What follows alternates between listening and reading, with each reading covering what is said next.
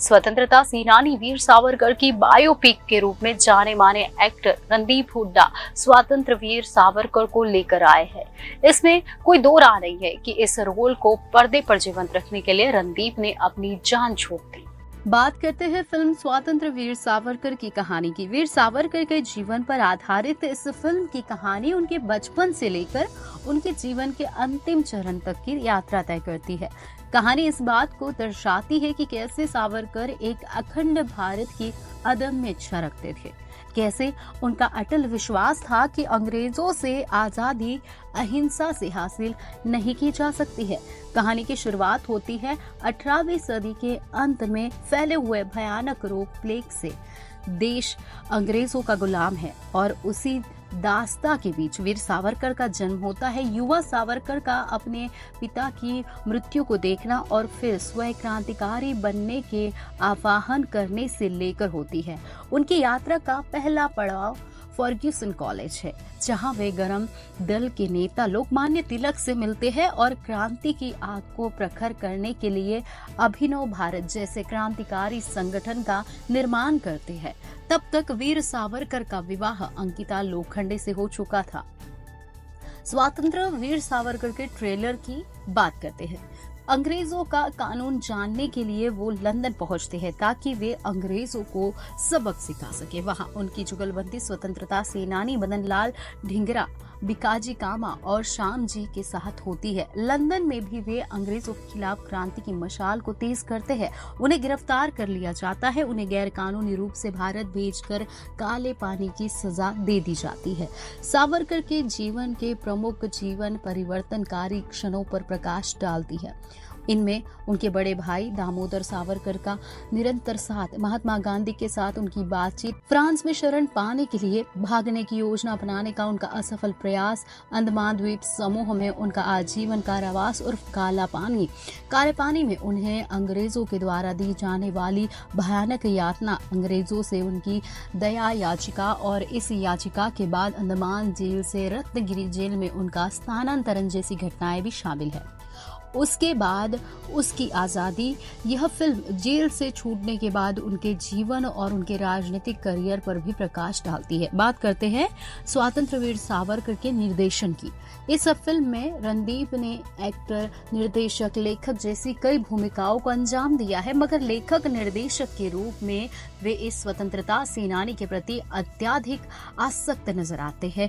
यही वजह है कि तकरीबन हर दृश्य का फोकस सावरकर के किरदार पर रखा। फिल्म में राष्ट्रपति महात्मा गांधी से उनके मतभेद को रणदीप गरिमापूर्ण ढंग से नहीं दर्शा पाए। बात करते हैं अब स्वतंत्र वीर सावरकर की कमियों की। इस मूवी की कमियों की हम बात कर रहे हैं। एक सीन में उनका डायलॉग है, ये गांधी इतना बड़ा आदमी बन गया क्या, खटकता है।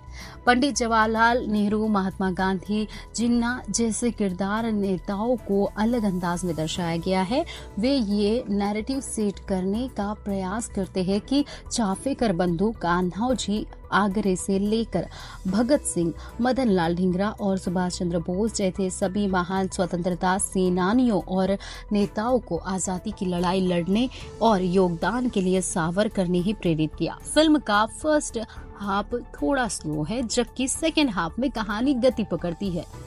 कई दृश्य ऐसे भी हैं जो इतिहास में बेहद अहम है, मगर रणदीप उन्हें महज छू कर निकल जाते हैं। जैसे लोकमान्य तिलक द्वारा गणेशोत्सव का आयोजन।